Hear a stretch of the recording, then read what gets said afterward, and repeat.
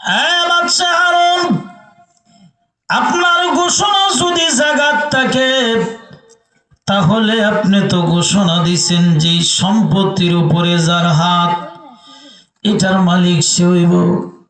ও বাদশা হারুন, আপনার মন্ত্রী পরিষদের হাত হীরামণি মুক্তার উপর, আর আমার হাতের দিকে তাকান, আমার হাতের নিচে কোন সম্পদ?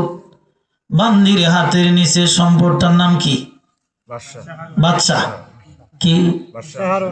ও বাদশা হারুন, আমার হাতের নিচে তো আপনি বাদশা। আপনার ঘোষণা অনুযায়ী মন্ত্রী পরিষদ যদি হীরামণি মুক্তার মালিক হয় তাহলে আমি বান্দি হয়ে গেলাম। আপনি বাদশার মালিক। কার মালিক হইছে? ঘোষণার আগে আপনি ছিলেন আমার মালিক, আমি ছিলাম আপনার বান্দি। ঘোষণার পরে আপনি বাদশা হয়ে গেছেন আমার গোলাম, আমি বান্দি হয়ে গেছি আপনার মালিক। ঠিক না? আপনি বাদশা, আমার মুনিম গোলাম। আমার গোলামের অধীনে বিশাল বড় এরিয়ার রাজত্ব যেটা আছে এটার মালিকও আমি, মন্ত্রী পরিষদের মালিকও আমি, এদের হাতের নিচে যা যা আছে সবগুলার মালিক আমি বান্দি। যেহেতু বাদশার মালিক হয়ে গেছি। আশরাফ আলী থানভী বলেন, রে আশরাফুল মাখলুকাত বনি আদম, বা তার মাঝে আল্লাহর একত্ববাদ ধারণ করছে, এই জন্যে কালামের শুরুতে বা জায়গা পাইছে। তোমরাও যদি তোমাদের সিনায় আল্লাহর একত্ববাদ ঢুকাইতে পারো তাহলে কালামের মালিক আল্লাহ তোমারও হয়ে যাবে। আল্লাহ যদি আমরা রয় তাহলে আর কোনো কিছু চাওয়ার পাওয়ার বাকি থাকে কি? দেখো, বার মাঝে আছে আল্লাহর একত্ববাদ, বার মাঝে আছে আল্লাহর একত্ববাদ। এক নোক্তা, আল্লাহর একত্ববাদের প্রতীক তার মাঝে ধারণ করছে। 2 নম্বর, বার মাঝে বিনয় আর নম্রতা আছে। আলিফ অক্ষরটা খাড়া ধরাই রইছে মাথা উঁচু কইরা, আর বা শুইয়া রইছে ঘুমাইয়া। মুফাসসিরিন ইকরাম কয় বা অক্ষরের মাঝে বিনয় আর নম্রতা আছে। এই বিনয় আর নম্রতার কারণে আল্লাহ তাআলা তার কালামের শুরুতে বার জায়গা দিয়ে দিছে। হাদিসে আছে, মান তাওয়াযা লিল্লাহ রাফাহুল্লাহ। কেউ যদি নিজেকে আল্লাহর জন্য ছোট মনে করে, বিনয় আর নম্রতা যদি তার মাঝে থাকে, আল্লাহ এর কি করে বড় বানায় দেয়। আপনাকে বড় বলে বড় সেই নয়, লোকে যাকে বড় বলে বড় সেই হয়। বার মাঝে আছে বিনয় তাওয়াজু। বাইরে আমার বিনয় আর নম্রতা এমন এক গুণ, বিনয়ী আর নম্র হয়ে যা করা যায়, গরম হইয়া কিন্তু তা করা যায় না। বিনয় আর নম্রতা এমন গুণ। ফরিদ উদ্দিন আত্তার রাহমাতুল্লাহি আলাইহি বলেন, বিনয় এমন, বিনয় মানুষরে বড় বানায়। একটা কৃষক যখন জ্বালা ক্ষেতের মাঝে ধান বাইন করে, কিতা করেন আপনারা? জ্বালা ক্ষেত করেননি? আমিও তো আপনাদের ওই, আপনাদের এই নাম সাল্লার নাম লইয়া সারা দেশে ঘুরলেও এই এরিয়ায় সাল্লার সাইটে আমার আশাটা খুবই কম হয়। মনে মনে আসি, ওই যে ঢুকিয়ে দেখলাম 4-5 জন আলেম, 2-1 জনের সেরাই চিনছি, নামে তো চিনার কথাই না।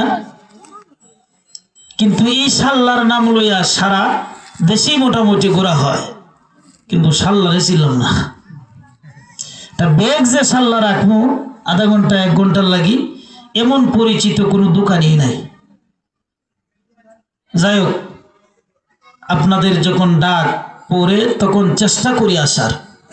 আপনাদের ইমাম সাহেব যিনি, উনি আমার ভাতিজা, 2-4-5 দিন আগে আমারে ফোন দিছে যে এই সভা। আমি আচ্ছা ঠিক আছে আইব ইনশাল্লাহ। যার কারণে আপনাদের কাছে আসা, নিজের এলাকার নিজের থানার মানুষ, আপনাদেরকে দেখলে আসলেই কলিজায় শান্তি লাগে। কি দেখুন আপনারা, শান্তি লাগে। ভাইয়ের আমার,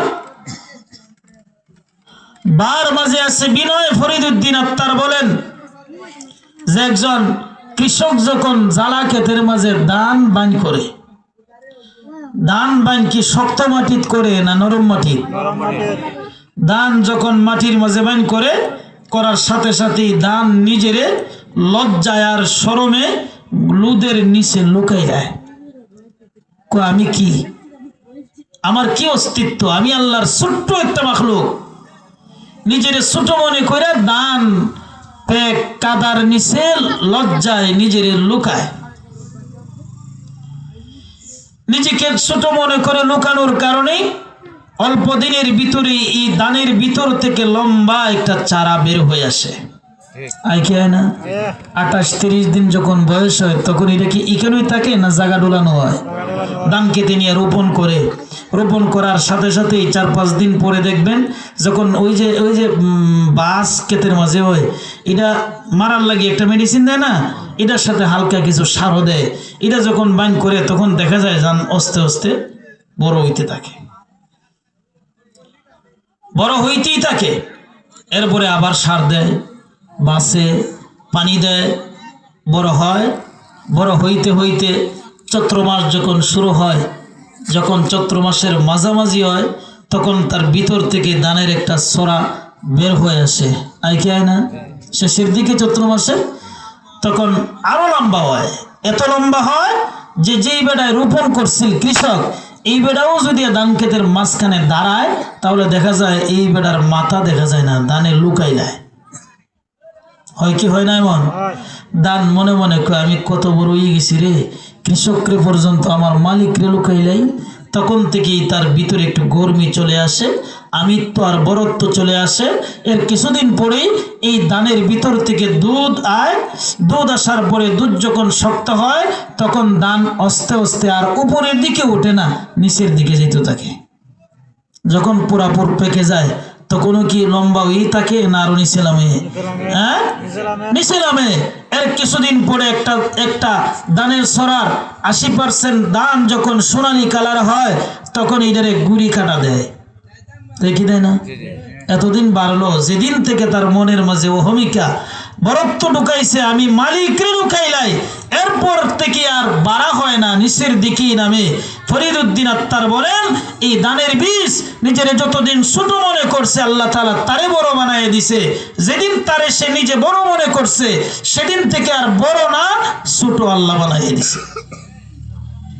এই জন্য বিনয় আর নম্রতা এটা মহৎ একটা গুণ। আপনি নরম হয়ে যা আদায় করতে পারবেন, গরম হয়ে তা করা সম্ভব না। মসজিদের টেপে ওযু করতেছেন, পানি বেড়ায় সারার মতনই সারছে। এখন যদি আপনি গিয়ে এখন এই বেড়া এভাবে সারছস, মসজিদের পানি কি তা তোর বাপের খেললেনি, আমার তো মনে হয় আপনি ধমকি দিয়া কইলে সাথে সাথে মনে হয় বেড়া পানি কমাই দিলেইব নাকি? দেখুন কব আমার বাপের খেললে তো তোর বাপের খেললেনি বেড়া, কুস্তিও আরো সম্ভাবনা আছে না নাই? এইভাবে গরম হইয়া না কইয়া যদি নরম হইয়া কোন যে দেখেন ভাই কম করে ছাড়লেও তো ওযু হয়, মসজিদ এটা আল্লাহর ঘর, আল্লাহর ঘরের পানি উঠাইতে গিয়েও তো টাকা খরচ হয়, কারেন্টের বিল আসে, একটু কমায় ছাড়লেও তো ওযু হয়। নগদ সাথে সাথে না মানলেও পরে রক্ত যখন ওযু করবে তখন আপনার বিনয়ী আর নম্রতার সুরে এই কথাটা তার কলিজার মাঝে গুতাইব, ঠিক কিনা? আরো জোরে বলেন। বার মাঝে আছে বিনয় আর নম্রতা। আরো অনেক কারণ আছে, 10টা কারণ তাফসীরের কিতাবে উল্লেখ করা হয়। 10 কারণে আল্লাহ তাআলা বা দিয়া তার কালাম শুরু করছে। আল্লাহর কালামের শুরুর অক্ষরের নাম বা। বাকে আল্লাহ তাআলা প্রথমত আছে তার মাঝে আল্লাহর একত্ববাদ, তাওহীদ। এই জন্য আল্লাহর কালামের শুরুতে বা জায়গা পাইছে। কালামের শুরুতে জায়গা পাওয়া, কালামের সাথে বার